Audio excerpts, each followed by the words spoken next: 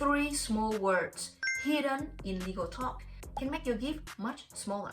Now, these are the words to remember and avoid. But there's too many traps. So what do you need to do? In your will, you will need to give in. When you leave something in your will for family or the causes you believe in, it's not just about money. It's your final act of love, a way for your care to live on beyond your lifetime. 3 small words hidden in legal talk can make your gift much smaller. Not because someone is greedy, but because of tax. If a will uses the wrong wording, the law will whip your kindness with tax. And that small difference can cost up to 45% in tax. So in this video, I will make sure you don't make that mistake and what you've built reaches every life you hope to touch. In Australia, we don't have inheritance tax, so when someone passes, under their will, assets often can move to family members and other beneficiaries tax-free. But wording matters. If not careful, the wording can instruct sales and attract taxes before the money reaches anyone. Thankfully, there are ways to keep an inheritance tax-free, but the law needs the right wording. Imagine an investment property you bought for $300,000 in the 90s, now worth $1.5 million. If you give the property to your daughter Laura in the will, she will receive the property without any immediate tax. But if your will says, sell and give $1.5 million to my daughter Laura, the executor has to sell the property. That $1.2 million appreciation in the property value is taxed as capital gain. So now Laura will receive a lot less than $1.5 million. As you can see, the same asset, just different words can give completely different outcomes. These are the words to remember and avoid. Sell and divide, or any variation of that you often see in a will, like the executor is empowered under this will to sell and call in and convert into money. Realize my estate and distribute the net proceeds to blah blah blah. It sounds practical and easy for your children because they tell your executor to dispose of the asset and just send cash to the beneficiaries. However, a sale means tax. Unless this is your main residence, most assets will attract tax. But it does not end there. The story can get worse.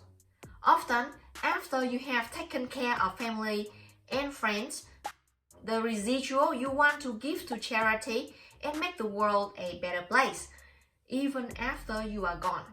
Actually, some of the biggest Australian foundations like Felton Bequest or the Sydney Mayer Foundation are established under a will. Well, back to the main issue.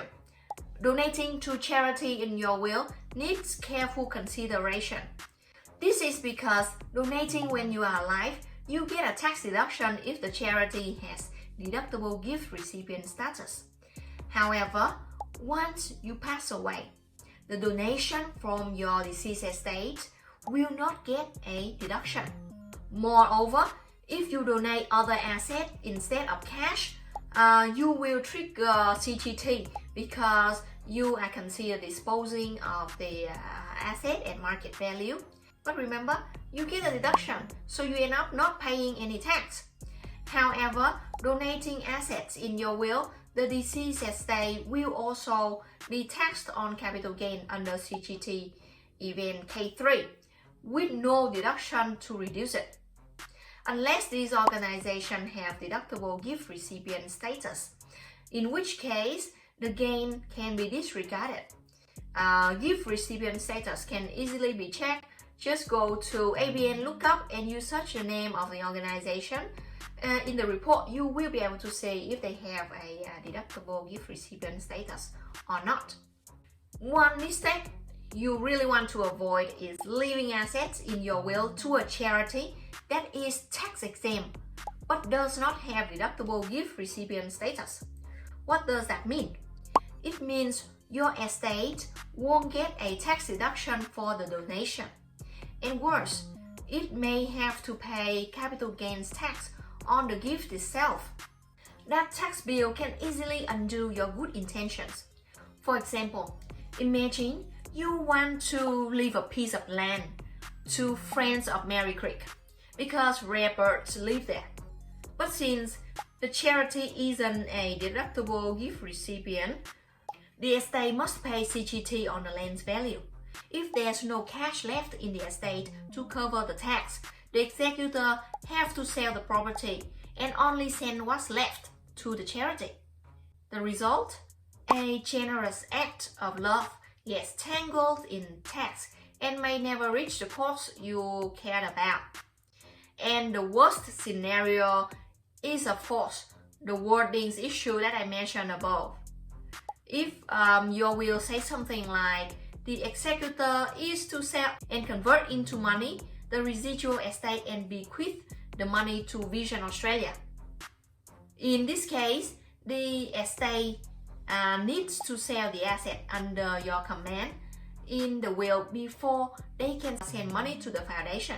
There are no concessions to CGT regardless if Vision Australia has deductible gift recipient status. This is because the deductible gift recipient concession only apply if you give the asset directly to the organization. If you give the asset directly, the charity will receive the full value, no tax, no loss. So just pure generosity. So far, there's too many traps. So what do you need to do?